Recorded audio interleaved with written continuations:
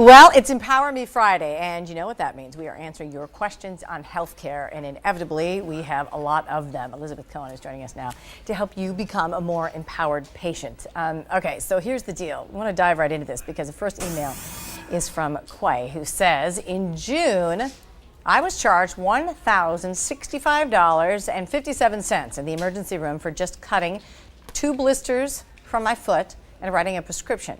Insurance only paid $75. Oof.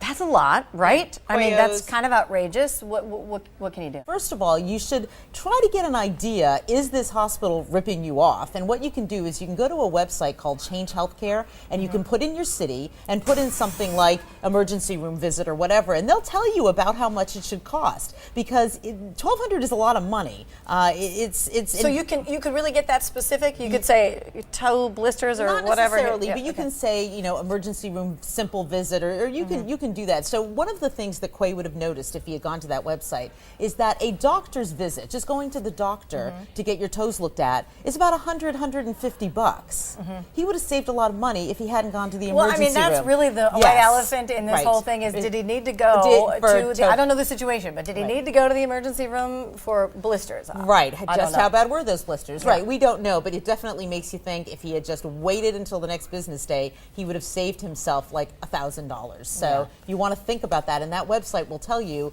an office visit versus emergency room, and then you can make an informed decision. Because right now, you go to the ER or the doctor, you have no idea how much things cost. No idea. So this website gives you a little bit of an idea of what things are going to cost. Yeah, and maybe he was dealing with infection or something. We don't know. We don't know. But I do know that we are always getting a lot of questions for Empower Me Friday. We sure are. And if anyone has a question for me, you can write to empoweredpatient@cnn.com, and maybe we will answer your question next Friday on Empower Me Friday.